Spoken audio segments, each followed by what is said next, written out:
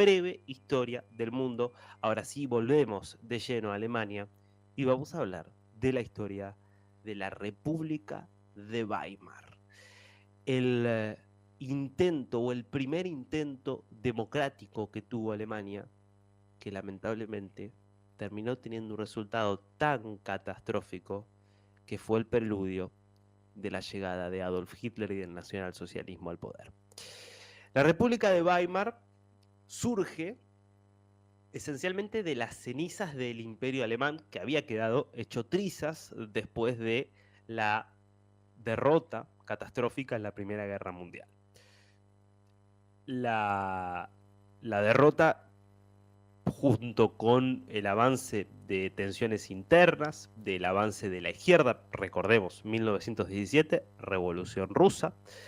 La Revolución Rusa hace que el Imperio Ruso, que era aliado del Imperio Alemán en esa guerra, se retire de la contienda. Estamos hablando del triunfo de los bolcheviques. Eso sirve de inspiración para toda una izquierda alemana que también estaba muy radicalizada. Hay, de hecho, una revolución en noviembre de 2018 liderada por trabajadores y también por soldados que habían regresado del campo de batalla, que pretendían justamente en la instauración de un gobierno de tipo socialista.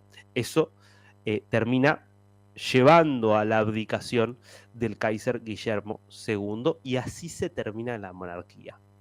¿Y qué solución se logra encontrar a ese proceso? Bueno, el primer intento de construcción de una democracia liberal en Alemania. Una constitución se firma después de intensas negociaciones y se aprueba en la ciudad de Weimar en 1919. Por eso, a esa Alemania se la conoce como República de Weimar. Hay que decir, la Constitución de Weimar era de avanzada en muchos sentidos porque se establecía un sistema democrático parlamentario donde había un presidente electo de forma indirecta, con un poder que recaía sobre el Parlamento, el Reichstag, que tenía un primer ministro que, como sabemos en Alemania, se llama y se conoce como canciller.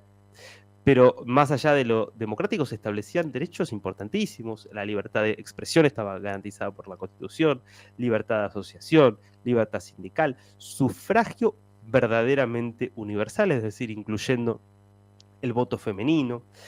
Fue muy, muy interesante. Hay una figura extraordinaria como es Max Weber, padre fundamental de la sociología, de la ciencia política, que tuvo mucho que ver con las ideas que terminaron plasmándose en la República de Weimar, que además inaugura un periodo de enorme riqueza cultural. Realmente es impresionante lo que sucede en Alemania, sobre todo en la década del 20 en términos culturales, artísticos. Estamos hablando de el nacimiento de movimientos de vanguardia, del expresionismo, del dadaísmo, del movimiento Bauhaus en arquitectura. Pensemos lo que pasa en el cine, en la música, en la literatura, Bertolt Brecht, Walter Gropius, Fritz Lang, figuras que florecen en ese contexto de apertura, de democracia, después del horror de la guerra.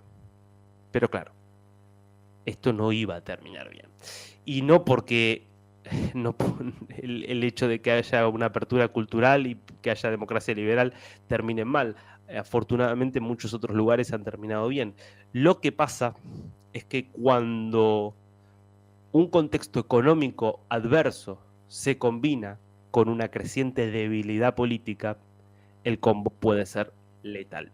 Y hay problemas políticos en los que voy a introducirme ahora en breve para explicar lo que pasó, pero que si terminan resultando y estallando de la forma en la que terminan estallando es porque había un contexto económico dramático, verdaderamente dramático.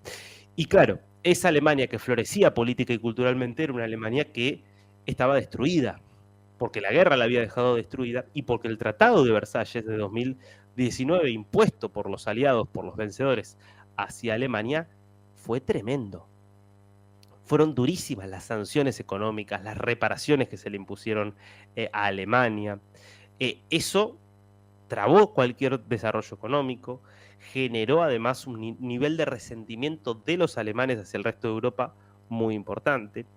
Y eso es una de las razones que lleva a uno de los procesos más traumáticos en la historia de Alemania. Yo creo que sería justo decir que después del Holocausto, el segundo hecho más traumático en la historia, por lo menos contemporánea de Alemania, fue la hiperinflación de 1923, que se produce a caballo de esa crisis, por el cual el valor del marco alemán desaparece y es considerado un caso de estudio a nivel económico global, lo que fue la potencia y la potencia destructora de esa hiperinflación, que crea una devastación a nivel social, a nivel económico. Pensemos que esto se produce en 1923, pero en 1929 Alemania, como todo el resto del mundo occidental, ingresa en la crisis generada por la Gran Depresión, por el crash de Wall Street, que afecta a todo el mundo. Entonces, una economía que ya venía golpeada por cuestiones internas termina profundizando su caída a partir de la Gran Depresión de los 30. Entonces, tenemos un país nuevo, una democracia naciente, con florecimiento cultural, pero en un contexto económico terrible, terrible.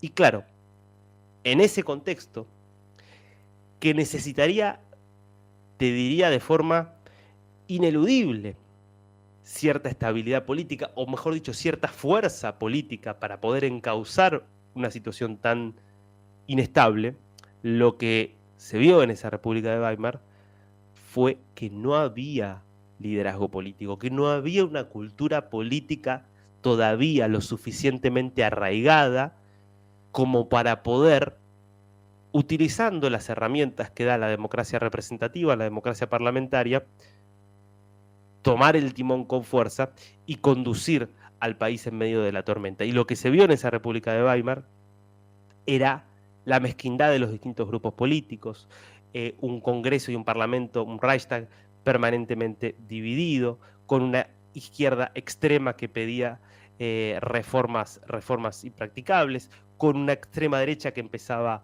a crecer, y eso generaba cancilleres débiles, gobiernos que se caían, gobiernos que no podían imponer ningún tipo de medida, y empiezan a aparecer los golpes de Estado, primero el putsch de Kapp en 1920, después el famoso putsch de Múnich, liderado por Hitler, en la primera intentona de Hitler de llegar al poder. Esos cambios fueron minando la confianza de los alemanes para con la democracia, para con la capacidad de la democracia de resolver la situación. Eso explica que un lunático, que una persona tan precaria en muchos sentidos, pero con tanto odio y con tanta capacidad de persuasión como Adolf Hitler, pudiera empezar a crecer como una figura cada vez más importante, al punto de terminar convirtiéndose en 1932 en la fuerza más votada del país. En esas elecciones estamos hablando del partido nazi, el Partido Nacional Socialista, que a partir de ese triunfo logra que en 1933 Hitler fuera nombrado canciller.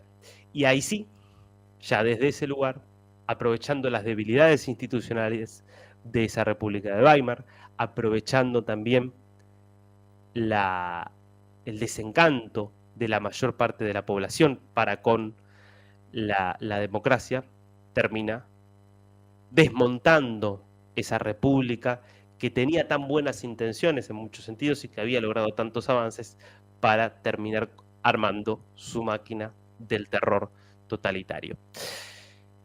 ¿Qué nos deja como enseñanza la historia de la República de Weimar?